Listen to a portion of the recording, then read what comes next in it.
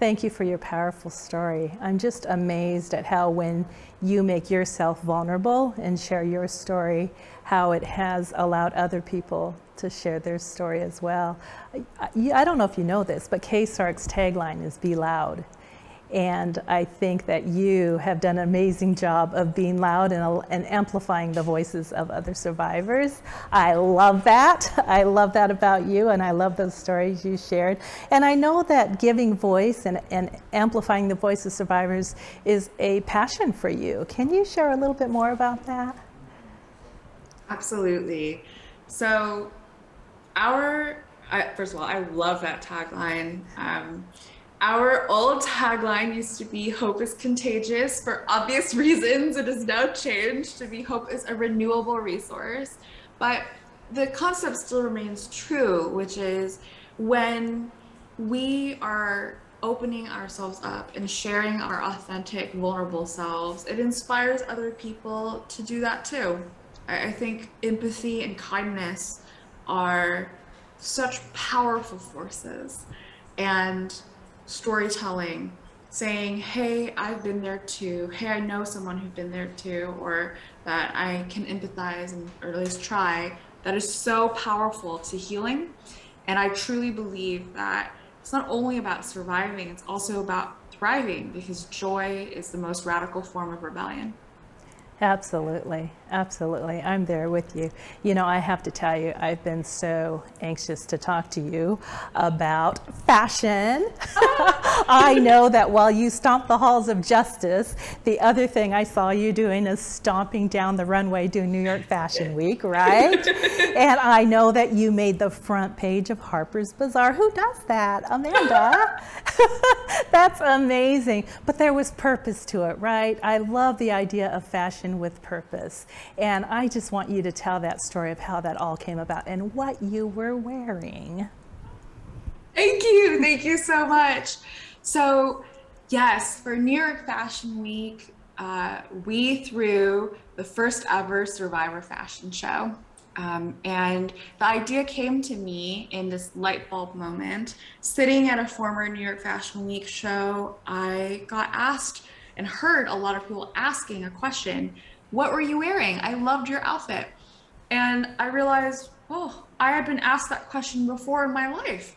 After my assault, what were you wearing? And it's the same exact words, but it has literal polar opposite meanings. On one end, it's empowering, it's your agency, your art and expression, and the other one is literally shaming you for the violence that happened to you. And I thought, wow, what if we could reclaim this? And what if we could bring people together in a celebration of survivors? Because so often this issue is, rightfully tough, dark, and how can we celebrate surviving and thriving and joy? And so we threw this Survivor fashion show at MoMA, and yes, it had a purpose beyond the art of itself. The show's theme was "What were you wearing?" And we invited United Nations ambassadors to come. And of course they came because it was very fun. But it's because we've been fighting for a worldwide survivor bill of rights. And, yes, we had a very fun event, but everyone who walked down that runway were survivors or allies who had been fighting for this. And let me just say that at the end of the show, 6 countries came up to confirm their vote. And last week at the United Nations General Assembly, we got rape and peacetime adopted unanimously by all 193 member states as an official issue of the United Nations. So, Amazing. yay for joy. Absolutely amazing. And if you need to Google what Amanda was wearing. It is just gorgeous. But it is the sexual assault Bill of Rights on a piece of fabric made into this amazing gown.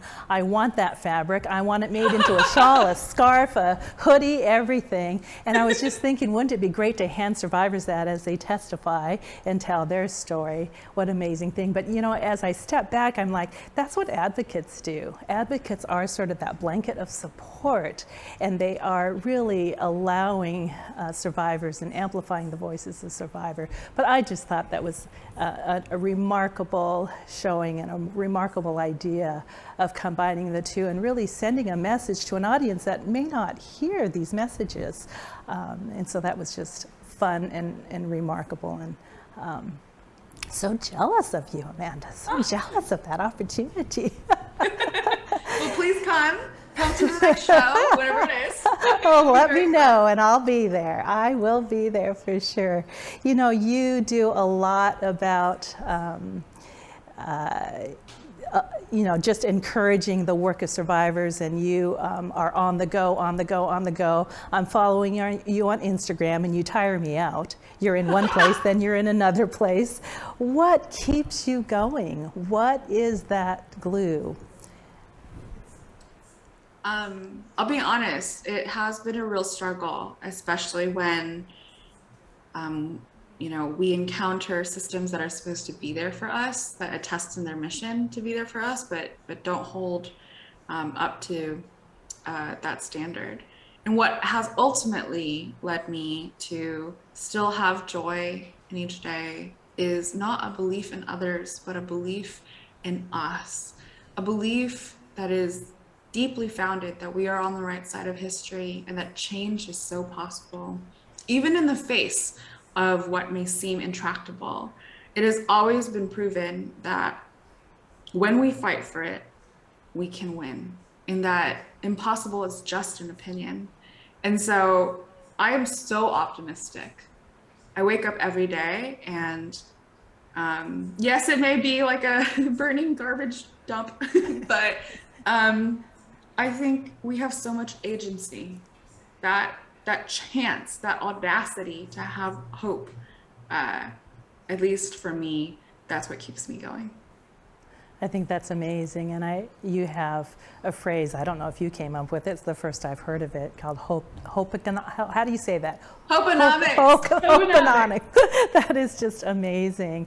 And I think that you do, it's contagious, right? I think that you do instill that in others, and that is a fun thing to do. Tell us a little bit about what's going on with your nonprofit yourself, Rise. I see you advertising and recruiting folks and with their ideas about changing laws. Tell us about that. Yes, thank you so much. So there are two things that we are doing now. The first one is, you know, when the federal law passed, you know, unanimously, when President Obama signed it, part of the over a million people reached out. And part of that were people who said, hey, you don't really look like what it traditionally means to be a lawmaker.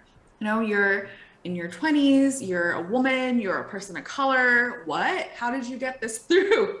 And that's a problem. You know, so for us, we realized it's not only in what we were fighting for, but the fact that by being able to show you can be successful in penning your own civil rights to existence, other people can be inspired to access democracy too. And so Rise Justice Labs, our accelerator program, teaches people how to pen their own civil rights to existence. If people have an idea for a law, it doesn't have to be related to sexual violence. But if they have an idea and if they are part of the community they're fighting for, it's really important. Then we welcome them to apply and learn how to take this idea and get it passed into a law. Actually, we just finished our second cohort, almost to our third cohort now. Paris Hilton was one of our students. She applied straight up. Like, we did not recruit her. She saw the program, applied, and she ended up passing her own bill in Utah. So it's on, you know, youth rights. But yeah, it's absolutely possible. And the other one that we're up to is passing the Sexual Assault Survivor Bill of Rights state by state. You know, of course, folks here who are listening are probably familiar, but even if we've passed it on the federal level, most rape cases are adjudicated in state courts. So we still have to pass it state by state. And so we're always looking for volunteers and organizers. Thanks for letting me talk about that. That's great. That's great. I mean, I think we're all in it together, right? I mean, your work, and you have done work that not only benefits survivors in this country, but across the U.S.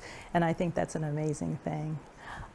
We're constantly wanting to give voice to survivors and the experience of survivors and amplifying their voices whenever we can. And also doing work locally with our legislators as well. Yeah. Well, I wonder about your astronaut endeavors as well. Curiosity kills me, Amanda. I need the ends of stories. Well, the news has not, I'm so aware that this is being recorded and the news has not come out yet. Oh. But I will say that I'm looking at a bunch of academic textbooks right now.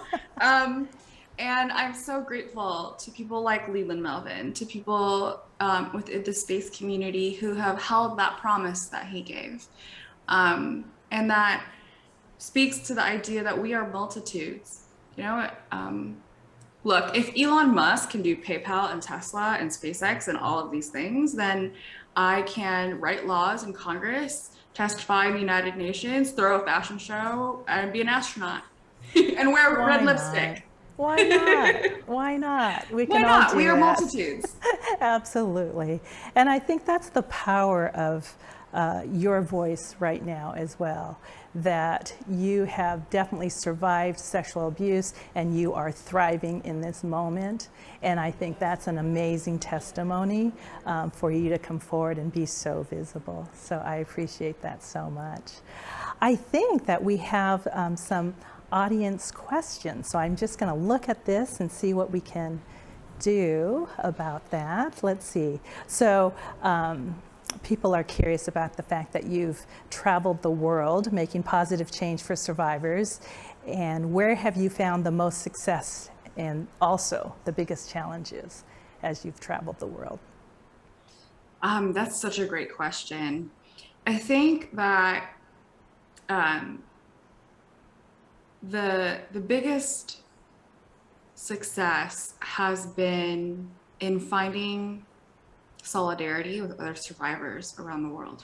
I would say that this community of people, you know, I'm so grateful to be able to work with survivors from all different regional groups in the world. And it's so fascinating to see what the opposition is, because the opposition is mainly ignorance. And the opposition also is the fact that, I'm about to say something spicy, but I think a large part of it is that there are powerful people in the status quo who have a vested interest in keeping the status quo. And in order to do that, have essentially gaslit en masse to people to forget that the light exists within them.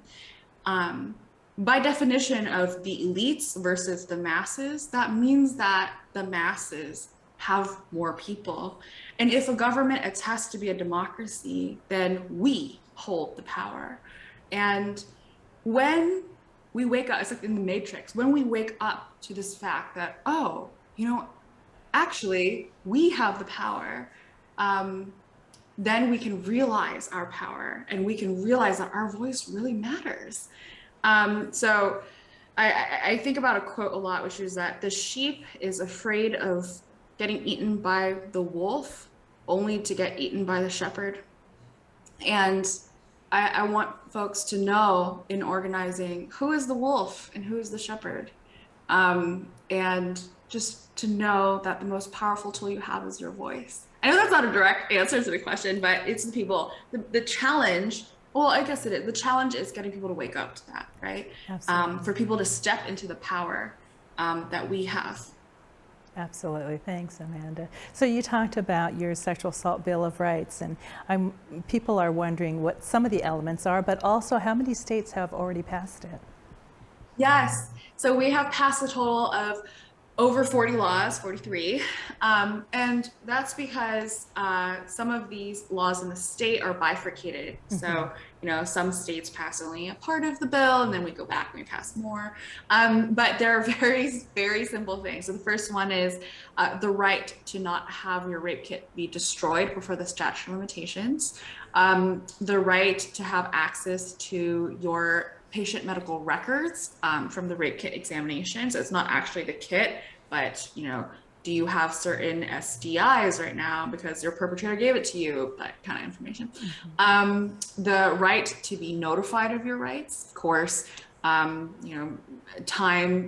is of the essence when you are, after an assault has happened, to get access to not only forensic evidence collection process, but also life-saving medical attention. And the right to not have to pay for your rape kit. It's so basic. Now, all of the things that I've mentioned, the destroying rape kit parts, that's the one that applied to me. But the reason why there are all these other things is because when I spoke out about this, there were so many survivors who wrote in saying that they also had different experiences with the criminal justice system. The United States Congress actually wanted to name the bill after me, Amanda's Law. And I said, no, please don't. And the reason why is, again, not every survivor has access to resources like me. And I wanted these rights to be a Bill of Rights that stood for everyone. And so that it could be more accessible. There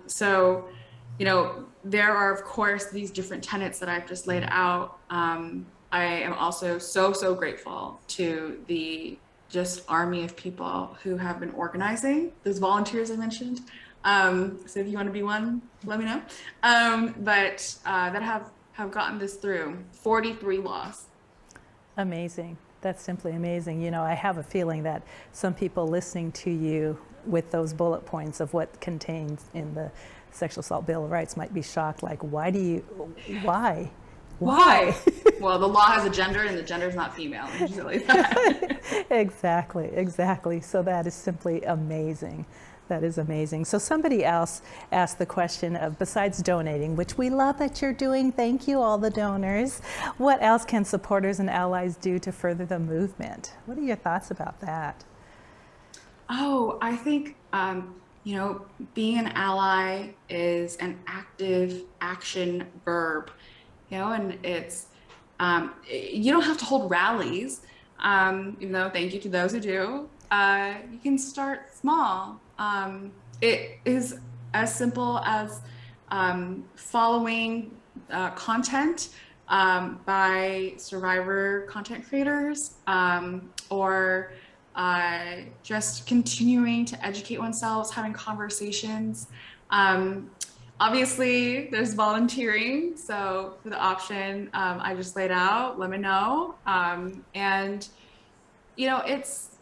it's just having empathy and kindness, right, to survivors, especially when, even in a post-Me Too world, it still is stigmatic to speak up about these issues. I'm still known for the worst day of my life, despite all the laws that I've created.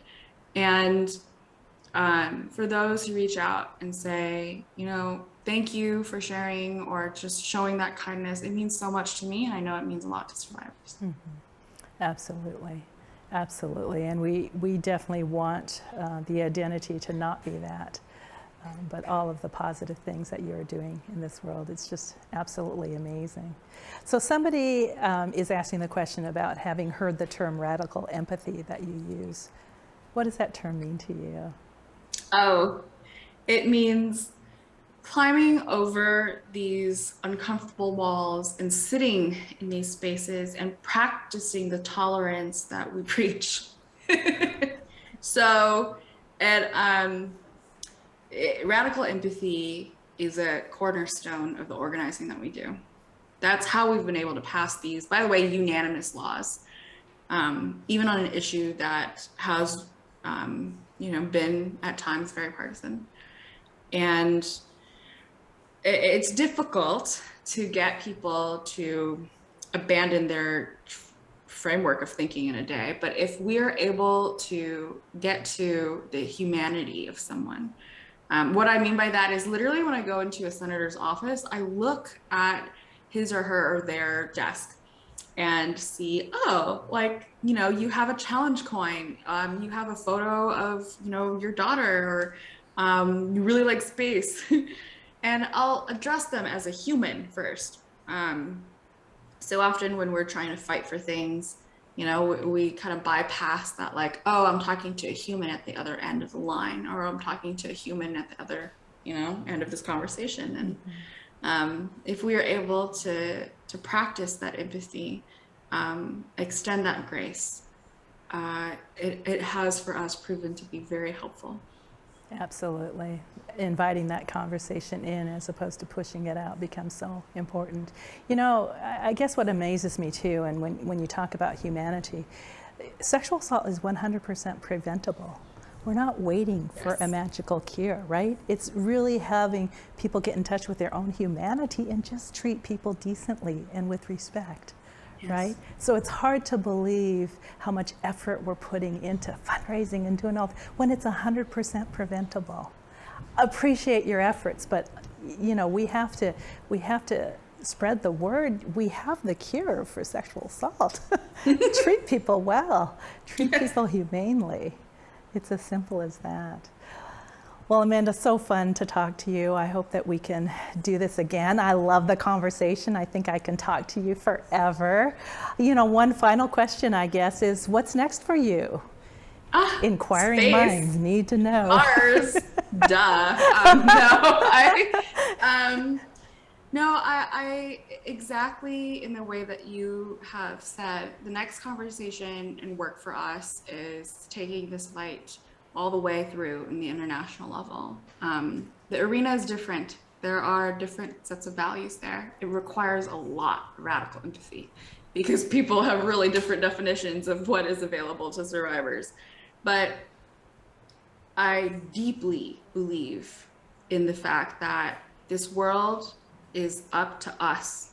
This world is up to us to define what is fair, what is right, and to keep on pushing, you know, that moral arc of progress in history. And so I still remain optimistic and honored that I get to fight the good fight. And I'm so grateful for everyone who is joining us today to do so too. That's great. I do. I look forward to seeing you in your space outfit and seeing you shooting off to Mars. Thank you so much for joining us today. Peace and love to you. Appreciate it. Thank you.